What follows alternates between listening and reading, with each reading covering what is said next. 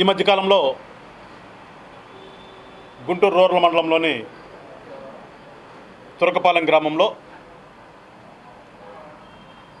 అనుకోని విధంగా దురదృష్టవశాత్తు కొన్ని మరణాలు జరిగినాయి అక్కడ. సో ఒకసారిగా ప్రభుత్వం అప్రమత్తమై దాని మీద ఏం జరుగుతుందనేది అటు మెడికల్గా అక్కడ ఉన్నటువంటి పరిసరాల గురించి కానీ అన్నీ ఎనలైజ్ చేస్తూ ఇప్పటివరకు కూడా వాళ్ళందరికీ క్యాంపులు పెట్టి దాన్ని కంట్రోల్ చేయగలిగాం, కంట్రోల్ చేసాం కూడా పూర్తిగా. సరే, ఈ పర్వంలో గతంలో పాలించినటువంటి వైఎస్ఆర్ పార్టీకి సంబంధించినటువంటి ప్రముఖులు చాలామంది ఆ ప్రాంతానికి రావటం, ఏదో వాళ్ళ ఇష్టానుసారంగా మాట్లాడటం, ప్రభుత్వం మీద బురద జల్లుదామనే ప్రయత్నాలు చేస్తూ కూడా గడుపుకుంటూ వచ్చారు. కానీ ప్రజలకు తెలుసు అక్కడ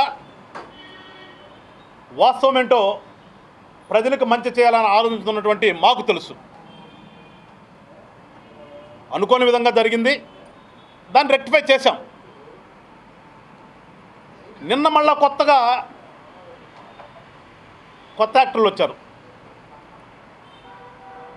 ఒక ఆయన ఉత్తరాంధ్ర ప్రాంతం నుంచి, ఇంకొక ఆయన మన పక్కన ఉన్నటువంటి కృష్ణా జిల్లా నుంచి. ఏదో మేధావులుగా మమ్మల్ని జగన్మోహన్ రెడ్డి గారు పంపించారు, మేము గతంలో మా వాళ్ళు వచ్చి మాట్లాడినా కానీ అది పాపం ఏదంటే మాట్లాడి ఏదో చెప్పారు, అది సరిపోలేదు, ఇవాళ మేము మేధో సంపత్తి ఉన్నటువంటి ఇద్దరం వచ్చామన్న విధంగా నిన్న వచ్చారు, చూశారు, అక్కడ పరిస్థితులన్నీ తెలుసుకున్న తర్వాత యథాలాపంగా మళ్ళీ మాట్లాడారు కాబట్టి ప్రెస్ మీట్ కండక్ట్ చేశారు. ఈ మేధావులిద్దరు కూడా దాంట్లో ఏం చెప్పదలుచుకున్నారు? ఒక ఆయన గతంలో మంత్రిగా కూడా చేశాడు, ఏమి ఎలగబెట్టాడో పాపం అతను తెలుసు.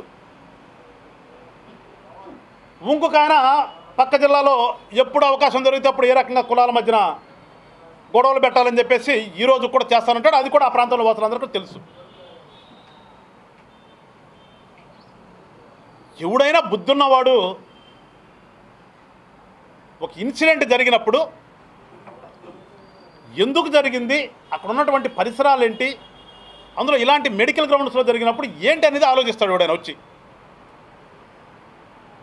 కానీ వీళ్ళిద్దరు మేధాతనంగా వచ్చారో అనుకున్నాను. వీళ్ళకు ఒక కొత్త స్క్రిప్ట్ ఇచ్చి పంపించాడు జగన్మోహన్ రెడ్డి గారు. ఏంటంటే కులాల మధ్యన వివక్ష, కులాల మధ్యన వివక్ష జరుగుతుందంట తురకపాలెంలో. 2025లో కూడా ఇలాంటి వివక్ష జరుగుతుందా అని దీర్ఘాలు తెస్తున్నారు ఇద్దరు కూడా. ఏ మాత్రమైన ఇంగిత జ్ఞానంగా బుద్ధిగా ఉందా వీళ్ళిద్దరికి? గతంలో ఎమ్మెల్యేలు కదా, మళ్ళీ ఇందా చెప్పినట్టు కూడా మంత్రి కూడా చేసావు కదా నువ్వు. మీ దౌర్భాగ్యం ఇంకా కూడా పోలా మీకు. కులాలు కులాలు కులాలు మీ పార్టీ పుట్టిన దగ్గర నుంచి కూడా అదే కదా మీకు.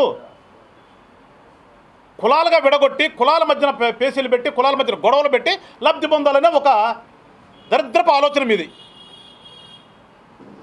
ఆలోచన ఇంకా కూడానా? బుద్ధి చెప్పారు కదా ప్రజలు. మాకు కులాలు కదరా బాబు కావాల్సింది, మాకు రాష్ట్ర అభివృద్ధి కావాలి, మాకు ప్రజలకు మంచి కావాలి అని నీకు బుద్ధి చెప్పారు కదా. బుద్ధి చెప్పినా కానీ బుద్ధి రాకుండా ఇంకా కుల వివక్ష జరుగుతుందంట. ఏం చూసారా మీరిద్దరు అక్కడికి వచ్చి? ఏం చూశారు మీరిద్దరు?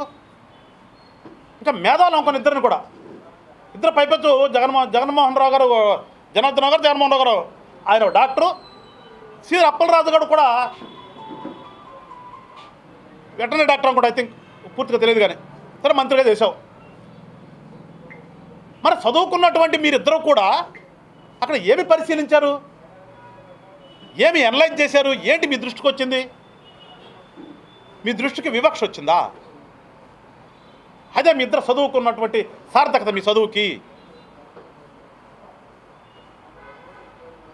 తురకపాలెంలో గతంలో 90,000 లీటర్ల కెపాసిటీతో వాటర్ ట్యాంక్ నిర్మించారు అక్కడ గతంలో ఎప్పుడో.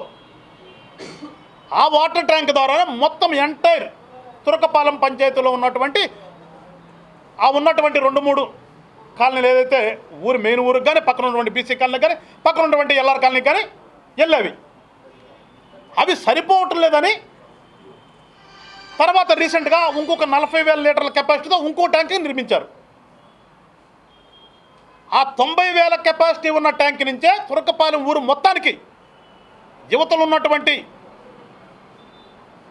ఈ కాపు సామాజిక వర్గం ఉన్నటువంటి ప్రాంతానికి కానీ మీరేదో వివక్ష అంటారా ఈ ఎస్సీ సోదరులు ఉన్నటువంటి కాలనీకి కానీ ఒక్క ట్యాంక్ నుంచే వాటర్ వెళ్తాయి. గమనించారు అవసరం అంటే మీరు మొత్తం ఆ 90,000 కెపాసిటీ ఉన్నటువంటి ట్యాంక్ నుంచే ఊరు మొత్తానికి నీళ్ళు వెళ్తాయి.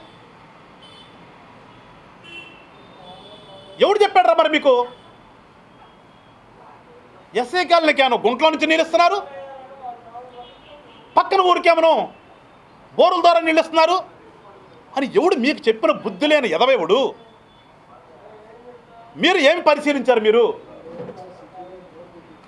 ఏమీ లేకుండా ఊరకనే ఒక స్క్రిప్టు తాడేపల్లిలో తయారు చేస్తే దాన్ని పట్టుకుని వచ్చి ఇక్కడ కులాలు వివక్ష.